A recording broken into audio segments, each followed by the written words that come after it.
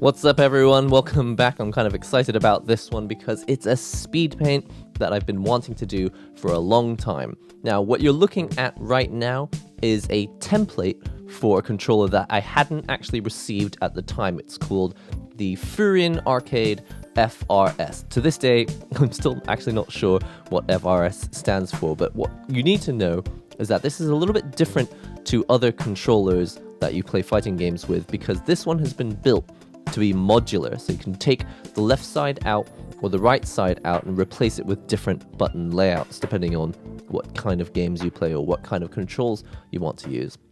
So when I was contacted to receive a review unit, I actually suggested, instead of choosing some art that he had available on hand, I said, why don't I just draw something for the controller, and then as I could actually make two videos. One could be a video for the controller, and another video I could do separately for the artwork. So at that time, I was quite excited about a video game that was just coming out, Capcom Fighting Collection, and one of the main titles on there was going to be Darkstalkers.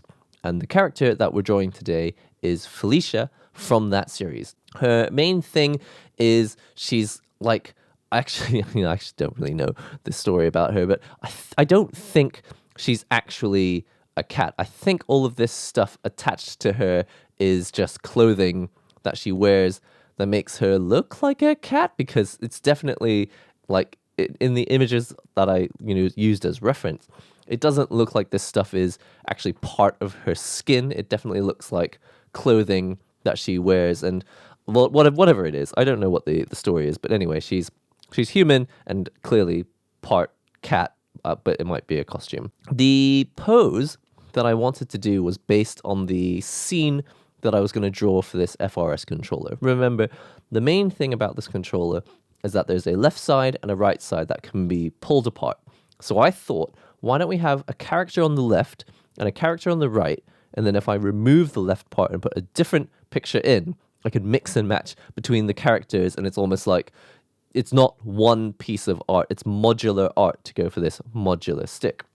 So the basic scene that I drew to start with was a mountain range. So someone is quite close up, the main character, on the left side, and then you go down the mountain range and you can kind of see someone at the base of the mountain, and I've drawn Ryu looking up the mountain. What I thought it would be cool would be, if I swap out the left side, I could have a different character. Maybe, I don't know, Blanca could be sleeping at the top of the mountain instead of Felicia, and then you'd have Blanca and Ryu as art. I was like, what pose can I actually choose for Felicia that's going to showcase her as best as possible on this stick? Because my personal pet peeve with arcade fight stick art is that a lot of people choose a cool picture that they like from the internet, but then they place it on their arcade stick in a way that you never really see it, because it's always like the character's face is right underneath your hand or your palm. And especially on a controller like this,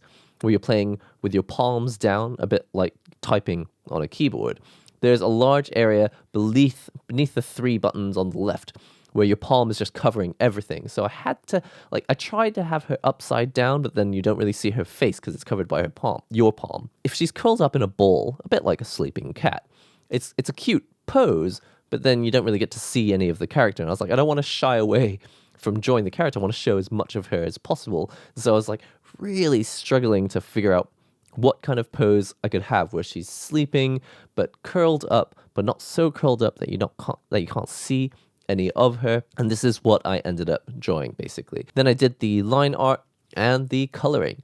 And looking at the footage now, it's kind of painful to watch, because I'm just seeing how incredibly inefficient I am. In fact, I've cut it out of the video, but because I was impatient and I wanted to see what it would look like colored, before I even did the line art, I just painted in a bunch of random colors, very loosely, to get an idea of how it would look. And it's like, oh man, maybe there's too much green on this image, or maybe this image has too much sand. In fact, I realized most of the art, even though the artwork is about the character, the background takes up so much space that the whole overall effect was sand. The main thing that I was showcasing in this art was sand, and I hate sand. It's coarse and it gets everywhere, right?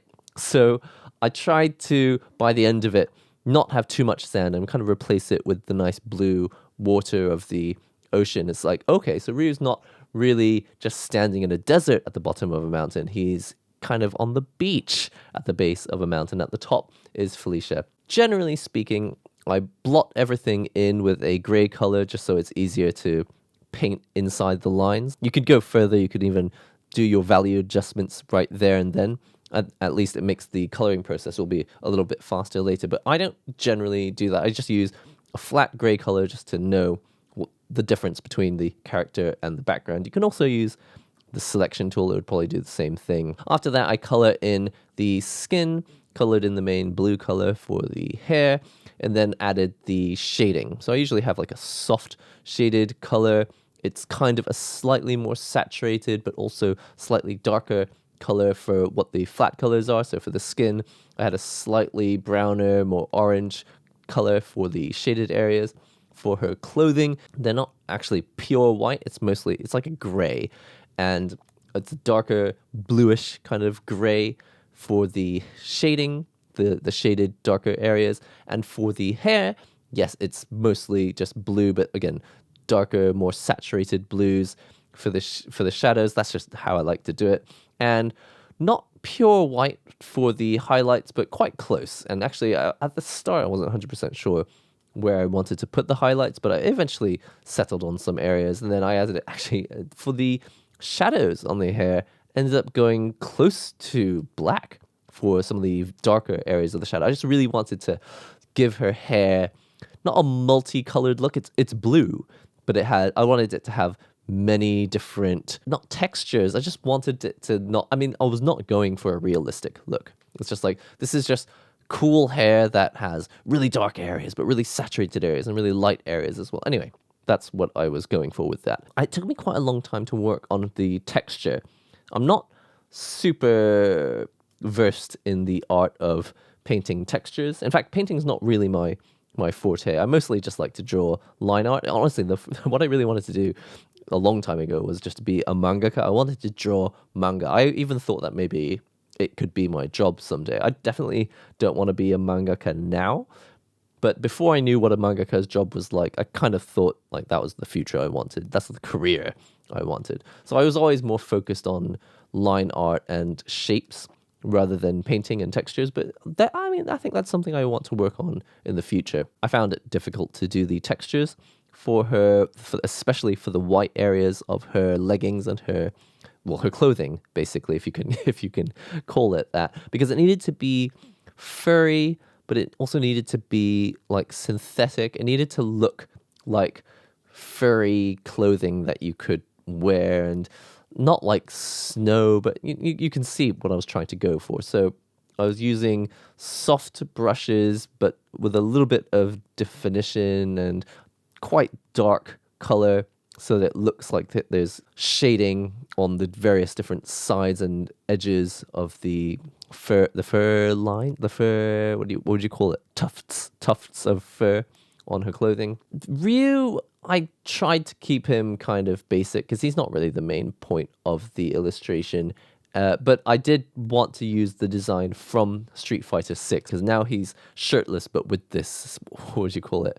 So he's like got this curtain draped across him, which I think is just brilliant. After that, I had to look up on, I think I looked up on Google Images or Pinterest. I was just looking for mountain ranges. I was like, because I've never drawn a mountain before. And I was like, oh, right. So even on a mountain cliff range, the upper surfaces, the upward facing surfaces, they do have like algae and grass on them. So just threw in bits of green at the upward facing faces of those rocks, and then the rest of it just standard, obviously gray for rock colors. I say obviously, it's just in my mind it's very simple. If it's a rock, it's gray. And I think pretty much after that it was just the final adjustments, making sure that all the line art was defined but not G pen, black pen. I wanted to have a kind of lineless look to it by the end of it, but I wanted the edges to be defined. That's kind of the look I was going for here.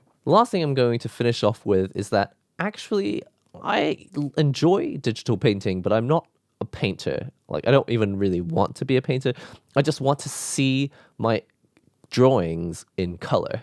And so actually when I first started learning digital painting, all I really wanted to do was make them look as much as possible like anime cells, like a frame from an anime. So the base color, the highlight, the shading, and then some extra, whatever other effects on top of that. But I wasn't so interested in rendering things with nice textures or proper gradient shading. I just wanted like one very simple, okay, look, here's the shaded color and here's the light color. That's the two shades. You don't get any more than that. But with this illustration specifically, I wanted to challenge myself to go further and have a bit more gradient in the colors on the skin, on the clothing, especially on the hair. I wanted to be more inventive. It's like, okay, look, it's not just blue hair and white highlights. I want some dark blacks in the shaded areas, but I want some saturated areas. But anyway, that is it. And I'm so glad that I finally made this video, because I think I've put this video off like for 6 months. I think I've waited like half a year to actually make this video, because I was really excited about the controller arriving. And then when it finally did arrive, I was just too busy playing the game. And I was like, at that time as well, it just didn't make sense to put a speed paint video on the Nihongo Gamer channel. And then eventually I did put some speed paints up there, and I was like, wait, actually, you know what? This is not, that channel is not a drawing channel. This, now that I finally have this new channel that you're watching right now, I was like, this is going to be the perfect place to actually put drawing content and stop feeding random drawing content on my main Nihongo Gamer channel, which is not what those people are asking for. That stuff belongs here on this channel. So I hope you enjoyed that. If you do want to see more speed paints in the future, or if you've got anything that you'd like to see me draw, then do suggest it in the comments section below. Be sure to subscribe to the channel if you haven't already. I just feel so happy now that I have a place where I can actually put my drawing output, as opposed to forcing it onto the Nihongo Gamer channel where it just doesn't belong. I don't have a huge number of speed paints on this channel yet, but if you do want to see something that I drew recently, check out the picture of Enako. She's a model here in Japan. I just found her in a magazine. I hope you enjoy that video. It's right here in the corner. Do check it out. So that's all for now. Hope you enjoyed this video. I'll see you all in the next one.